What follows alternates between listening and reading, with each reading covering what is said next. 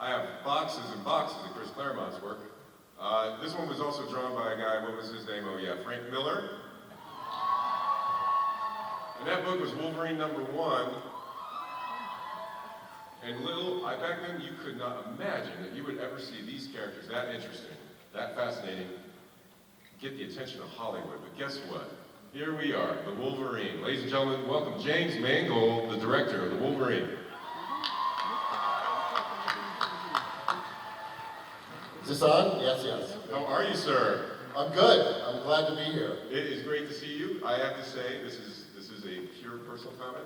Directed 2 of my favorite movies, 310 to Yuma and Copland. I mean, some pretty great movies. Thank you, Jeff. Some tough guy movies. Is this a tough guy movie? This is a tough guy movie. I think one of the things Hugh and I set out to do was, with the space we had, making a movie just about Logan, and maybe there was another one that set out to do that, but it ended up with a lot of other mutants in it as well. We had enough space here to make a movie about Logan, about inside him, and about his journey and where he comes from and where he's headed. Yeah, and some of the characters that we were introduced to in the comics that I mentioned, but then I've seen this film, and it's great, and it goes well beyond that.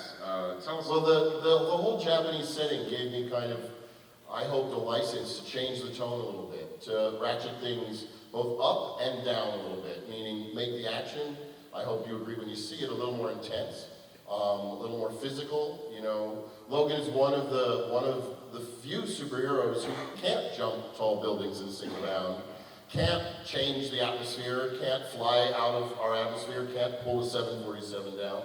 But what he can do, other than knock over a bottle, is he can use his claws, and he has indestructible, he has an incredible spinal cord and a skeleton, and he can heal. And it's like, what is so important to me about Logan in this is that we get inside the anger and the rage that has defined the character in comic books for years, but I don't think it's had a chance to be seen both in action and drama in the film itself. That's fantastic. And we've seen Wolverine. This will be the 6th movie that he's in, I believe, and I think next year is 7th. Well, that includes the 28 seconds of the last one, yeah. But that's pretty incredible if you think that they were all portrayed by the same man. I mean, this man has been the same superhero more than Christopher Reeve was Superman. He's been, Well, I think Jeff Hugh there's been some roles in history. I think Clint as the man with no name. I think Sean Connery as the first Bond. I think Hugh Jackman is in that strata. I think that he encompasses both. I think what fans love about him is he encompasses both the physicality of the role and also the heart of the role. I think no matter what he does and who he hurts and who he's cutting and who he's cursing, you can see in his eyes there's something beyond that. I also think, I don't think Hugh has ever been in this kind of shape for a movie before, and I think he's been in pretty badass shape before, but what Hugh did before we started this, after being skin and bones in Les Mis, and then bulking up for this movie, I think it's pretty phenomenal, and if you haven't seen it in the trailers, it is phenomenal. So do we have a video message from Hugh? A video message? We have a special thing we want to show. Okay, well, whatever. Where do I stand when we're running this? Should I tuck myself? I'll get vertigo. You should put on your 3D glasses and we should run this.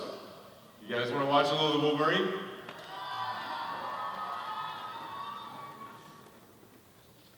Let her rip.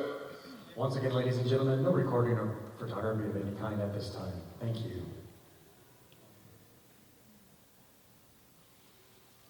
I've made a few movies, but I can tell you what a pleasure it is to be here and share this with you. It's been a 2.5-year journey with a great friend, bringing the Claremont Miller saga to the screen. I've loved these stories all my life. I've loved this world and this character all my life. And I hope when you see it in only a few days, you'll agree with me that my partner and I got somewhere bringing it to the screen. My partner, what I'm speaking about, is a friend for the last 12 years, who I got the honor to make another film with many years ago, 12 years ago to be exact. And I think he's done a pretty damn good job playing Wolverine over those 12 years. Mr. Hugh Jackman. What?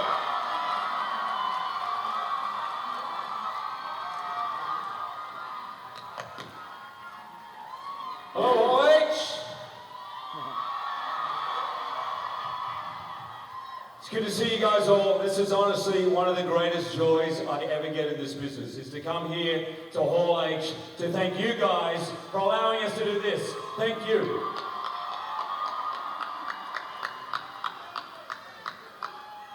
Hugh, it's so great seeing the character up there. It's so great seeing the Wolverine up there. And for you, I mean, what can you tell us about the journey the character has in this movie? It's an extraordinary change for him. Everything Jim and I wanted to do about this movie was to make sure that for fans who have seen the X-Men movies, the first Wolverine movie, or for those who haven't, this is something completely fresh, completely different. Obviously, you guys know it emanates from probably one of the most famous comic book arcs, the Japanese story or Samurai Saga. And 13 years ago, I first read that in my trailer, that comic book, whilst being in my trailer, filming X-Men 1, and I said to Lawrence Shuladonna, this is the movie we need to make. Well, 13 years later, it's here. I think you get to understand way more about the character than you've ever seen before. And as many of you have said to me on planes, in the streets, in various places around the world, you finally get to see the Berserker Rage in full. So I hope you enjoy it.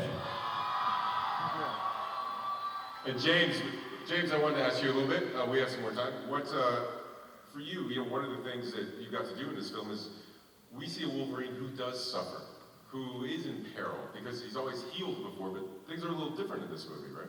Well, I don't want to give anything away, but I think that one of the things that we wanted to explore in this film that was resonating throughout Claremont Miller, and I think is a big issue for any character that doesn't die, that can recover from any injury, or in Logan's case, I guess almost any injury, is how do you go on living when everyone you know and love fades away?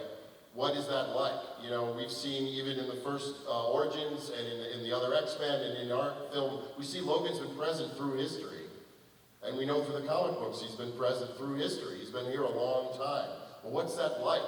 Falling in love, losing the people you care about, watching people die, and having to start again. And let's be honest, Logan isn't exactly the most socially adept character we've ever seen in comic books. So when you lose the people you're intimate with, at some point you start to withdraw and get low. And it was our decision when we decided where we're going to start this film in relation to the timeline of everything else, that we're going to begin when Logan's lost everybody. He's lost everybody. The X-Men, Professor X, Jean Grey, by his own hand, in fact. And so when we find him in the Yukon as Claremont Miller begins, we're finding also a character who has retreated from relationships with other living people. And, romance doesn't always go well in superhero movies. In Marvel movies in general, I mean, the great romances would be, Peter Parker and Mary Jane or Gwen, and of course, Tony Stark and Tony Stark. Logan loves women. Logan has always loved women. If there's one place, you comment on it. Yeah, no, we talked about this right from the beginning. It was another thing, apart from the relationship with Jean Grey, I felt we could go way further with it, is in the DNA of the comic book series, is that his saving grace and his kryptonite is women. So finally in this movie there are 4 incredible female characters. There is, as you saw briefly there, Jean Grey is back. You get to understand probably more of that relationship, what it means to him. But there are 3 other great female characters, and personally, and on behalf of Wolverine, that was a great thing. Sometimes I felt like we were making a Fellini film. With hardcore action. Chill out. And this is a little specific, but the claws look different this time around. We retooled them a little, just a little. We did a couple things. I think you might notice the hair is a little less Nutty. 80s rock.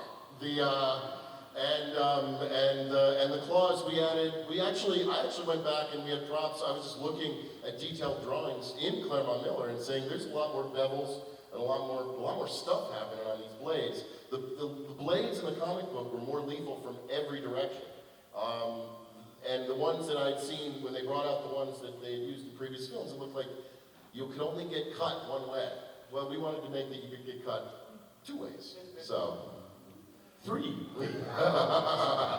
There's a lot of puncture wounds in this film. Yeah. puncture wounds, you say, yes. A lot of puncture wounds, yes. And some real puncture wounds, let me tell you. I am very, I'm trying to remember the name of that TV show I used to watch growing up. One of you guys will know. Danger, Danger, Will Robinson. What was that? Lost in Space. Lost in Space. Sometimes with the claws, I resemble the robot. I'm like, I have punctured my thighs, my forehead, Mystique double, got it in the arm, so I'm a little dangerous with those claws. But so in the making of and also in the movie, there's quite a lot of puncture holes. But he's brave. I mean, that you see some of that fight when he goes, when Hiroyuki Sanada says, "What kind of monster are you?" and Hugh replies, I need more sound. "Okay, great. Nice. Sorry for the unprepared thing there. More echo, please. It's better in the movie, trust me. Yeah. But the point I was making is that fight between those two. Hiroyuki is one of the great swordsmen and martial artists of Japan, and a great action star there. And Hugh, he deserves it. He's amazing, and has a canon of films behind him. And that fight with long sword and short sword and claw was something to behold, and is on the film. Was also something me kneeling beside the camera to behold in real life, because these two badasses were going at it with blades, and it was just about staying out of each other's way. Those were sharp. You know, when the movie that comes out next year with Wolverine, with that film, Wolverine will tie Superman for a number of movies he's been in. And he will be second only to Batman, who is a DC Comics character, I'm told. Hugh, for you, and those other two, I mean, Superman's been played by 5 different actors, and this is your character is going to tie Superman. I mean, what is that like for you to kind of try to get your head around? It's very, very difficult, and it's actually oh, thank you. Thank you. Really, I should be clapping you all, because when X-Men 1 came out, really no one knew how popular it was going to be, and that's because no one understood the power of the fans that are represented here today. And I am forever grateful to you all, because that was the first movie I ever did in America. I got the part almost 14 years ago, and I am loving playing it more than ever. But I hope you don't mind me doing this. I did it last time when I was here, and I'm not someone to take things for granted, and who knows? This may be the last time I am here with Wolverine. I'm not fishing for anything, I'm just saying. Who knows what's going to happen? But I have to point out, so many people for many, many decades before me picking up the mantle of Wolverine created, nurtured, and made that role into what it is. And some of them are not here today. There is one man who is Len Wein. Stand up, Len. Where are you, Len? Where's Len Wein? There's Len. Len Wein. Len, come here. The writer of Hulk 180 and 181. From this man's head, heart, and hand came my career. So thank you, Len. Thank you so much. Let's hear it for Len. But I never, as some of you may know, I was by no means the first to be cast as Wolverine. Someone else already had the role, unfortunately couldn't do it. I know from several actors, Russell Crowe being one, that the part was offered to a number. Not only did I come off the reserve bench, I was somewhere deep in the stands when they were making this movie. And when an actor gets to come onto the field and get probably what I think is the greatest role out there, I'm not going to let it go easily.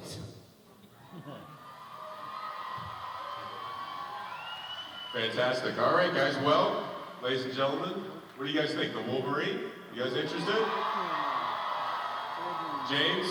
James, thank you so much for joining us. July 26th. July 26th. Hugh, thank you so much. Thank you so much. We'll see you later. Thank you. Jeff, hang on. Sorry, I've just got one little thing to add. It's not very often I'm here, but listen. One of the great things that being in movies like this, these big blockbusters, playing a character like this has afforded me is the opportunity to do other things. I've had great opportunities which this role has offered me. And particularly being able to do smaller, more indie movies. And I hope you don't mind, Jeff, I certainly hope Fox doesn't mind, but I'd love to take this opportunity to introduce you to the director of a movie I've got coming up. It's a smaller movie and I'd like to bring him out on stage. It won't take long. Ladies and gentlemen, Bryan Singer! Whoa!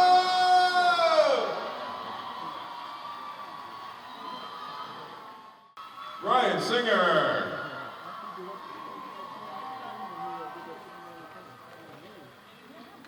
Hello. Hey, Bryan. Hey. I fucking knew it. I love it.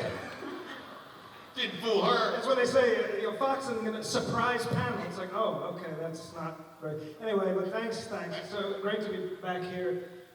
Here it's been a few years, like a decade.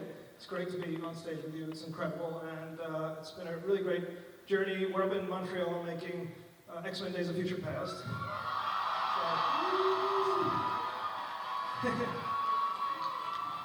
It's going very well.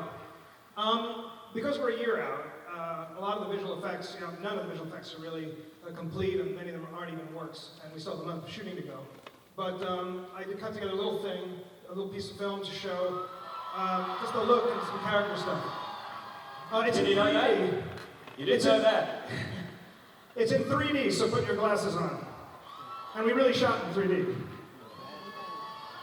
Once again, ladies and gentlemen, no recording or photography of any kind at this time.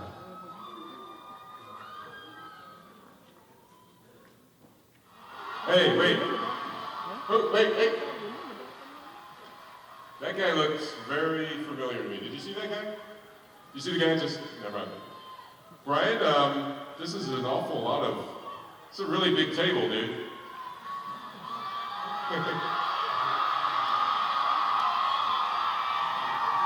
I said this is a big ass table.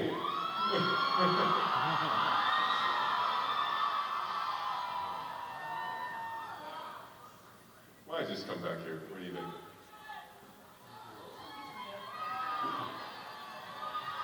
We're gonna show it at the end. We're gonna show it. We're gonna show it at the end. But we got something else. Yes, that's right. Brian, come out the front. And then we're going to be joined by, there's a couple producers who want to join us and a writer-producer. Do you want to, do you use your microphone? First I'd like to bring on stage. Sorry, Hugh, I took your. It's very well organized. This is what happens when you don't have when it's a surprise. I need to look at the names. First, I'd like to introduce the writer and co-producer of the film, Simon Kinberg.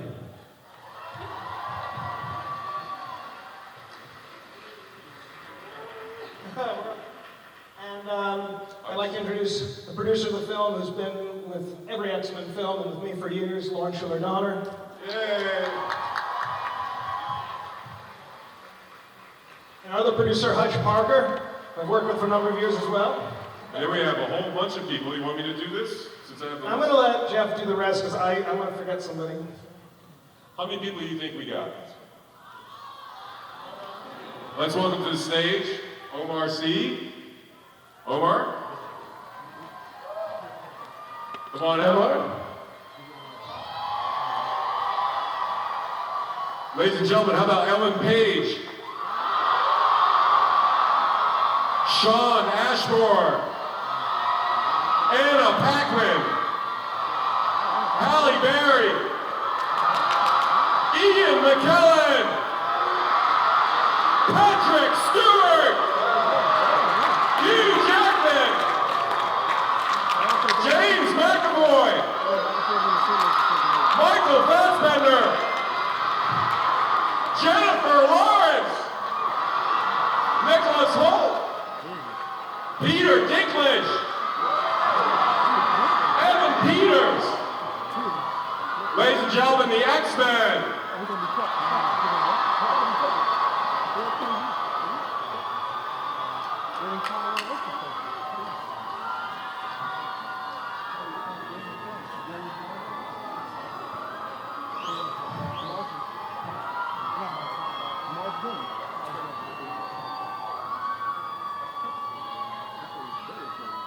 I think Twitter just broke.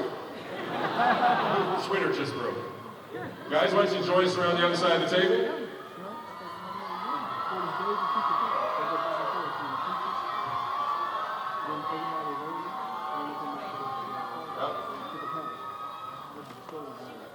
Hello, everybody. Thank you for coming.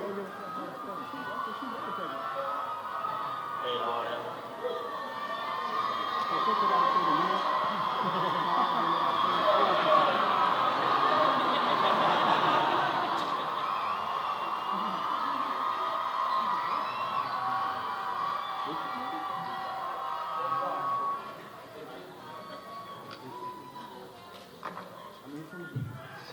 Okay, I have to tell you, I was here when the Avengers lined up, and this is bigger.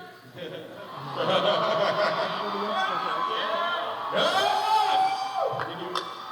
you know this was gonna happen? We're going to start. I want to make sure everybody gets a chance to talk. So forgive me if I just go quickly. Evan, how are you, sir? It's nice to see you. You know, the X-Men universe is fascinating. Tell us a little bit maybe about your character and what you're most excited about in this film. He's really fast, and You play Quicksilver, right? really Quicksilver, yeah.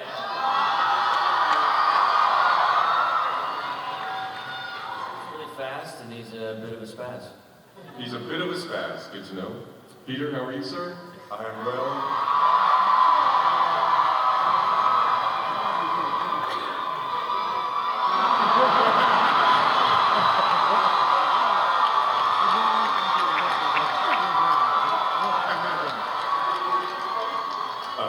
My name is Peter Dinklage, and I play Bolivar Trask. It's phenomenal, too. I was realizing we have all these different franchises represented. I mean, you know, we have Game of Thrones and Hunger Games, and, you know, it just goes on and on. True Blood, Star Trek. It's an amazing panel. This is pretty impressive. You've been here before. Have you ever seen anything like this?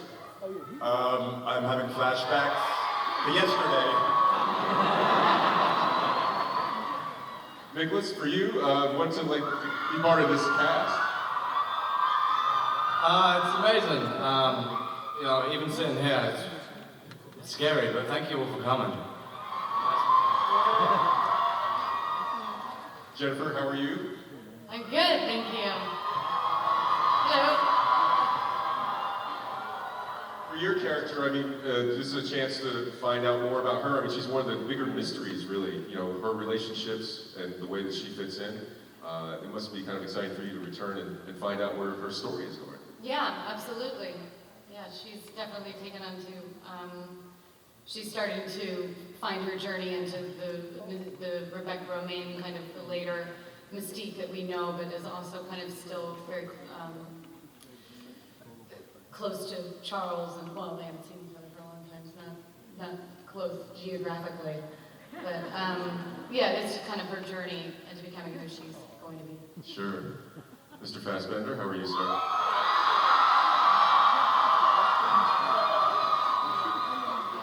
He was hiding behind the podium watching the footage. That's where I found this. What the hell was that thing? I don't know, but we're becoming friends. It's great to be back here. It's fantastic to see so many sort of, film enthusiasts, comic book enthusiasts, crazy people. It's nice to be amongst them. So, very excited to be back. Fantastic. And James, how are you? It's good to see you. I'm really good. I can't be in a room with this many people without saying, "How you doing, Comic-Con?" Yeah! I'm really sorry I couldn't hear you. How you doing, Comic-Con? It's great. This is the very first time I've ever been here. I was in the halls this morning. It's where I got my cool t-shirt. And it is amazing the passion you guys have. So it's awesome to be amongst you. Yes. Mr. Singer, when you, as the director of this film, you pulling together a lot of disparate things. You have two different sets of X-Men. You have a very large cast. Obviously, they're not all in the same place at one time. But is that an invigorating challenge, or is that something you have to overcome? It's a scheduling nightmare. It's a logistical nightmare, but no, it's great. I actually like ensemble films. I started with Usual Suspects, which is an ensemble film. So, and I enjoy working with there's a lot of interesting people to cut to when you're making an ensemble film, and so I think the more the merrier. But I think the blend of these two casts is extremely unique, and it's just a thrill for me because I was involved as a producer with X-Men First Class and story writer, but not as a director, so it's an opportunity to work with this incredible group of people who I've been enormous fans of for years, and to return with this family of people who I'm right at home with. So it came quite easy. That's great. And Hugh, very quickly for you, I mean, you talked a little bit about how much the role means to you, but the ensemble, being back with a group of people that you know, how does that fit in? Oh man, this is an embarrassment of riches. I mean, look, to work with the people who were in the very first film I ever did, that's incredible alone. And then to work with this new lot, this is two great movies in one. If I just got to do one of these movies in my life, I'll be happy. The fact I'm with everybody here, this is something I'll never forget. All right, you next two guys, I have to tell you, wow.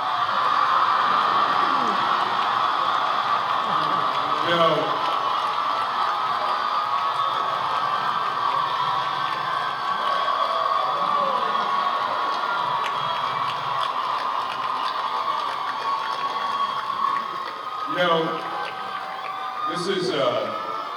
this is Nerdvana in here right now. Have Starfleet and Middle Earth represented in an X-Men movie. All these guys. Patrick, earlier today you were telling me a little bit about the esprit de corps of the Starfleet crew that you were part of. Compare this ensemble and the energy and the togetherness of it. We've heard the word blessing several times today, and to experience a job as an actor with a great group of people whom you not only respect and admire, but love to once in a career is enviable. But in my case, to have had that experience twice in a career feels quite extraordinary. That's lovely. And Ian, we were talking earlier as well. How are you, sir?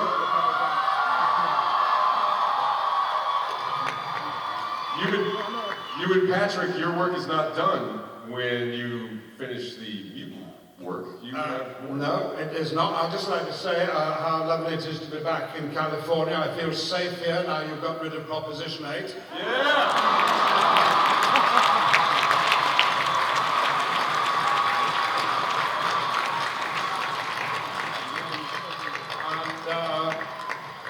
Looking for a husband, it's great to meet you, Michael.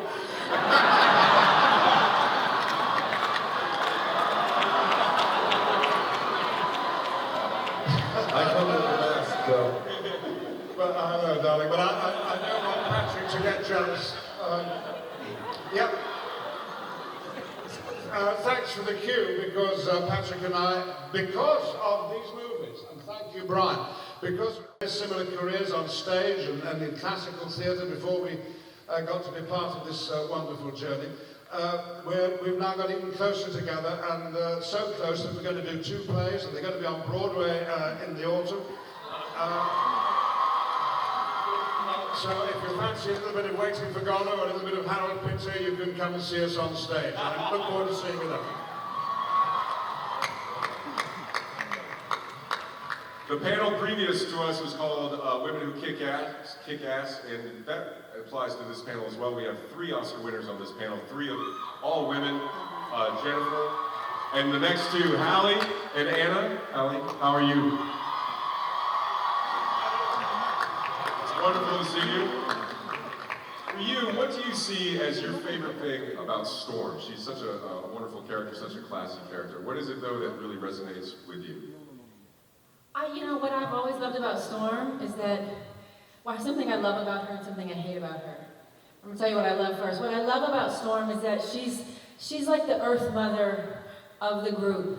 And I think that's part of my own personality that resonates and what attracted me to Storm in the beginning. She's usually the calm, cool voice of reason. Besides being a badass when she needs to be, she's kind of the mom of the group. What I hate about Storm is that she never gets any love. Like, what's up with Storm? I love you, I love you, I love you, I love you. You guys probably know, wait a minute, you guys probably know more about the comic book than me, probably. Is she like asexual and nobody's told me? No, Black Panther. Because I really don't Mary's Black understand. Panther. Why Storm? But I love, when I got called to come back and play Storm again, it didn't take me but a half a second to say, send me that wig, give me that costume, I'm in. I love being a part of this franchise, and I love all the people that are sitting for 13 years and the new friends that I've just made. I couldn't think of a better way to spend time working on a movie with this great group of people. And I'm so glad Bryan Singer is back. Yeah. I'm so glad Bryan Singer is back. Anna, is that you? Yeah, Hi, how are you? I'm You've had such a great career journey, with True Blood and all that fantastic success. And does that make it even better to go back to a character that predated that for you? sorry, huge hole for lots of people. It's amazing. Obviously a lot has happened in the last 13 years of probably all of our lives, but it's incredibly exciting to get to come back. This was, I got cast in this movie when I was 17, so it's really, really, really amazing to be back and have fun. So happy. Shawn, is that you down there? Hey man, what's up? Barely see.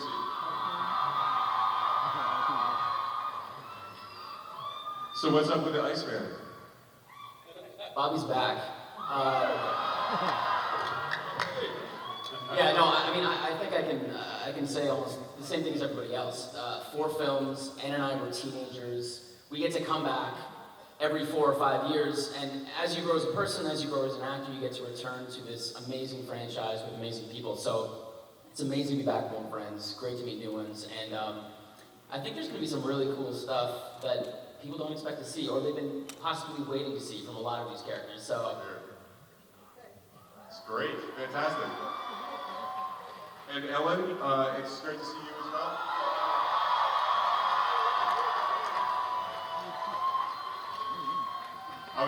I was lucky enough to meet you on the set of Inception, I think is when we first met. And I remember you saying how much you loved making a movie of that scale and with special effects and the visual ambition of it. Yeah. So it occurs to me you must be very, very excited to be back in the mutant universe. Absolutely, and when I did the first one, I had never been on a set remotely to that size or scale, so it sort of blew my mind and was joining a group of people who were already close, but they could not have been, more lovely and welcoming and so sweet. And then never did I expect to be back playing Kitty Pryde again, and just couldn't be more excited. Great. And then Omar, welcome, sir. How are you? And why don't you tell us a little bit about your character? That's it. It's Cesar, it's Bishop.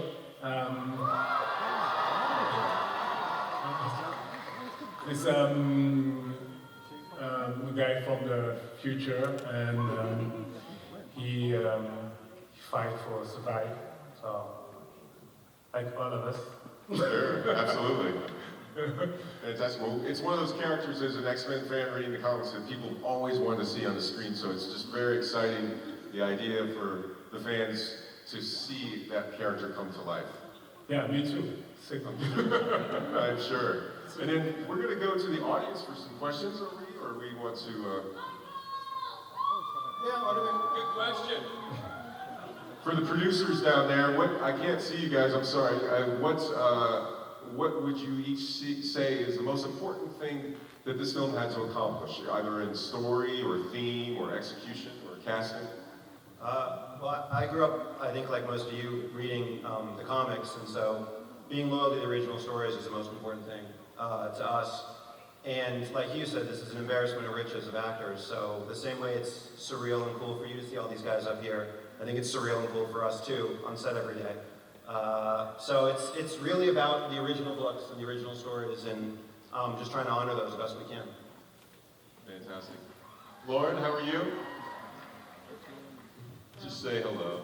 Hello, and thank you guys for coming, for showing up and supporting our films. We share your love with X-Men. Thank you, really. And it's only because the comics were written so well that we were able to spin these stories. But I gotta say that starting with the first one and getting to this one, for me personally, to see this cast mixed together with Bryan Singer, I almost want to cry, I'm so happy. Yeah, and I think for all of us, probably the most amazing opportunity it offers is, in 25 years of making movies, for me personally, I've never seen a better cast assembled in anything at any time. And it's matched by a story, thanks to Simon and the underlining comic book, that I think is worthy of the cast, and under Brian's stewardship. So it's an amazing opportunity for all of us. We're very grateful and excited to share it with you.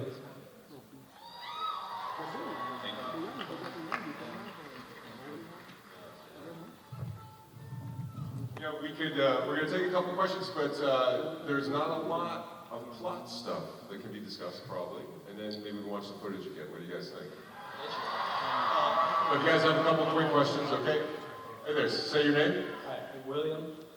I feel really bad for asking this because you've given me and all of us so much right now. There's so many of you up there. Okay, so since the X-Men universe is expanding now, like the Avengers universe, I'm not gonna ask that question, I promise. Now that you're combining the X-Men movies that have been made and are going forward with future movies, is there anywhere for Deadpool in this universe? So I guess that's the question, is Deadpool possible? Maybe, Anything's possible. Not in this particular movie, but yeah, anything's possible. It really occurred to us that the X-Men universe is every bit as large, if you really look at it, as the remaining Marvel universe, the DC universe. And I think if carefully explored, movie by movie, much the way Marvel's done and DC is beginning to do, I think there's a lot of room for growing and expanding the film canon for X-Men. So yeah, I mean, some people can have their own movies, combined movies, all those things are obviously possible, so we've seen them working. Is that a yes or a no? No, because if I say yes, then Bryan Singer confirms Deadpool. Whatever that means, I don't know. But you know what I mean.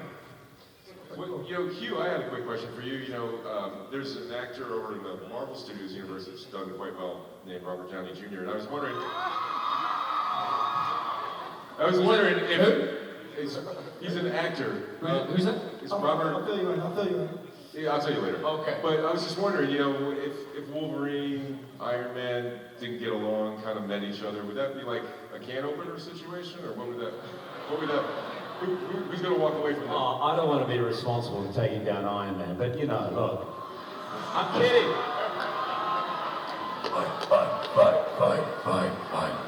Oh, look, I'm open to that. I reckon that'd be fantastic. Some kind of big mashup. You know, when I was young in Australia, we had a cartoon on TV that had the superheroes and the Hall of Doom, and they were all in together. That was 8:30 Saturday morning for me every week. I'm all for it, but there's people way above me who have to decide that one. So.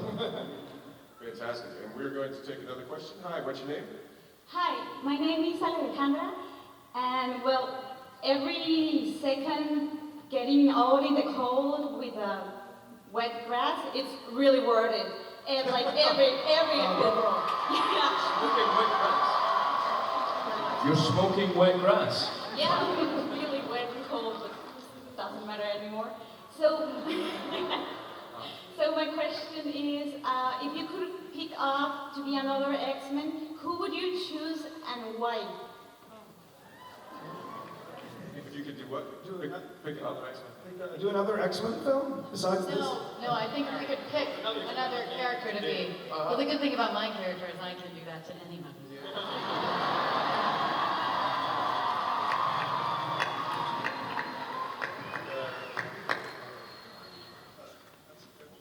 Nobody has a question for the X-Men? Hey, what's your question? Jennifer's, yeah, she said, There we go. Oh, I just couldn't see the line. Okay, my bad. Hi, how are you? Hi, my name's Carol, and I actually have a question for Hugh Jackman. I was kind of curious. He's done several standalone Wolverine movies, and then he's movies. I just wondered, how is it different when you're preparing for the role, when you're going to have your group, when you're not going to have your group? Is it different? Is one easier or the harder? My groove? Groove. Your groove. I like the idea of the groove, yeah. No, the Wolverine groove really is the same. And if you come to my house most Saturday nights, I'm grooving as Wolverine, so just saying. In terms of preparation, no different. Wolverine is Wolverine, and every movie in a way is an ensemble, but okay, let's be honest. Look at this panel. Look at what I'm turning up to work every day. Not only being able to work in the future part of the movie, but also work in the past with an ensemble I never get to work with the man who gave me the job that has defined my career. So it is not every day I'm grateful, and I thank my lucky stars, especially. Very good. All right, we got another question from another member of the audience here in Hall H at Comic-Con. There she is. Hi. Hi, my name's Adele. I'm from Melbourne, Australia. I've come over here. Woo! Ozzy! Oi, oi, oi! Oh man, I didn't think I'd do that ever. So yeah, this has just blown my mind because I was just expecting Hugh. So Sorry. The guy from Australia is going to be in or whatever. Yeah. Thanks, so this has totally made my 15-hour flight worth it tenfold. Anyway, so huge X-Men movie fan, but I was wondering if we were ever going to see a Gambit Rogue involvement.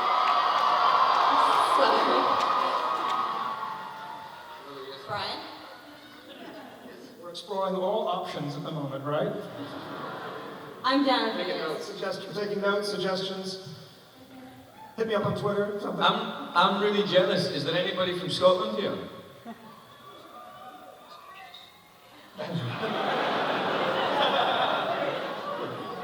I'm entirely on my own. I'm very sad. I'm in my own. Brian, it's fascinating that Quicksilver, as we all know, is like popping up in different places. I don't know what you can say about that. Is there anything? Is it? Yeah, well, Quicksilver was always a part of the story, and as we were developing it, the casting took a while to find the right actor for this role. Evan, I'm a huge fan of Evan's, and so making that work was really fantastic. I can't speak to the Avengers, but it's our character exists. And we'll talk about the character. There you go. Evan, you described the character. Oh, yes. He's very fast.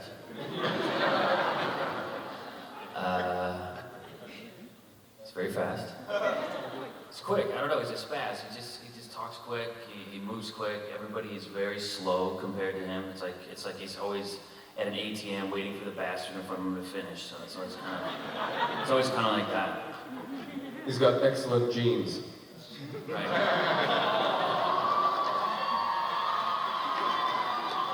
Is it going to be the green costume or the blue costume?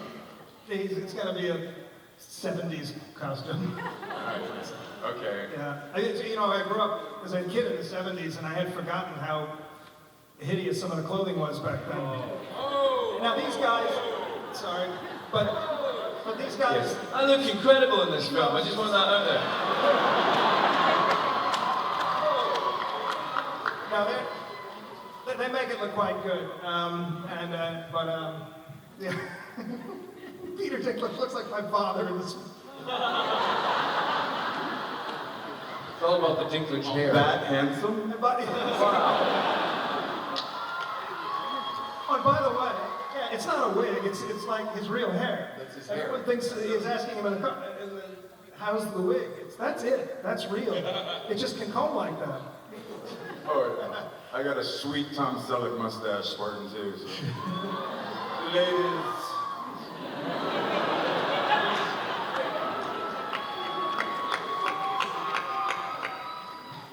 How's it going? What's your name? Hi, my name is Darian, and my question is for Hugh Jackman. Hugh Jackman, you star in both musicals and big budget films. what unique characteristics do you bring to each of the different mediums? Groove, yes, groove. Well, I can tell you there won't be any singing as Wolverine. I can tell you that right now. No. Really? You really want Wolverine the musical?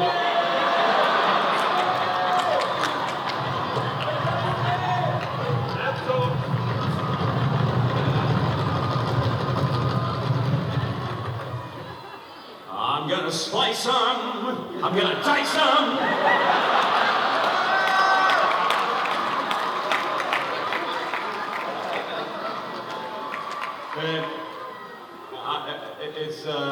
Thank you for your question. I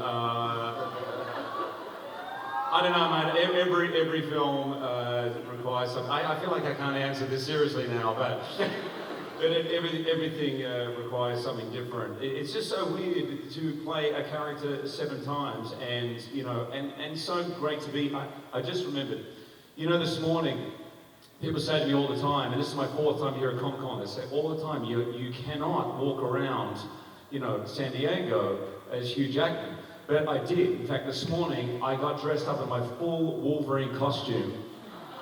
Not one person stopped me. No. One guy goes, yeah, not bad.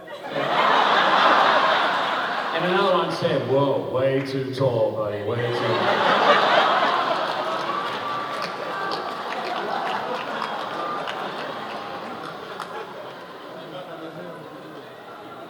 Okay, who do you want to sing? Hi. Hello. Oh, hey. Hello? Hi. She was on the phone. So. She's on the phone. I'm trying to record. It's an important call. Wait. You know where Hi, my name is Audrey. I just wanted to let you know that I love X-Men since I was a little girl, and it's such an honor being around with you guys. Oh, really? It's like a dream come true just to have the cast of the original X-Men, the new X-Men, and Wolverine. Like, this is like the best night of my life. My question is, if you guys were a fan of X-Men since you were young, like, who's your favorite character? And if you weren't, who's your favorite character now? Not necessarily the person that you're playing. Do you want to start at that end, Evan? I'd say Wolverine. Yeah. Favorite English? Mystique. Growing up in the cartoons, I loved Beast in the cartoons growing up. But Magneto. He took my Wolverine, but Storm. I go Mystique. Gambit, because I thought he's got a crazy accent, and maybe if people can understand him, they'll be able to understand me. Yeah. Professor X. Sorry, I know. Because he's in charge. And I'm in charge. I'd love to play Wolverine one day. No, 7 times is not enough. No, Deadpool.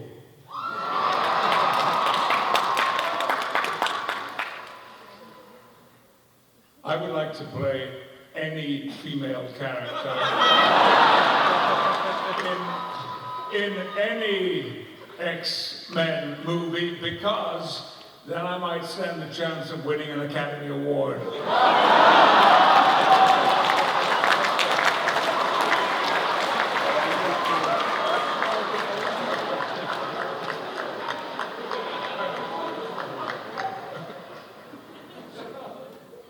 If I can't play the younger Magneto,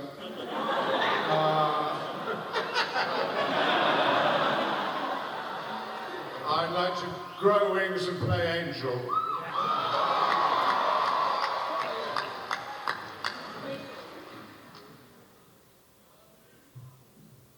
I'd like to give a run at Mystique. That'd be good. Most popular so far?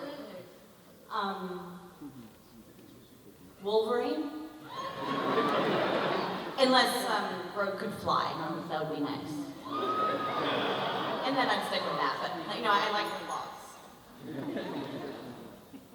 Without a doubt, Nightcrawler. Love Nightcrawler. I am really into Bishop, I have to say.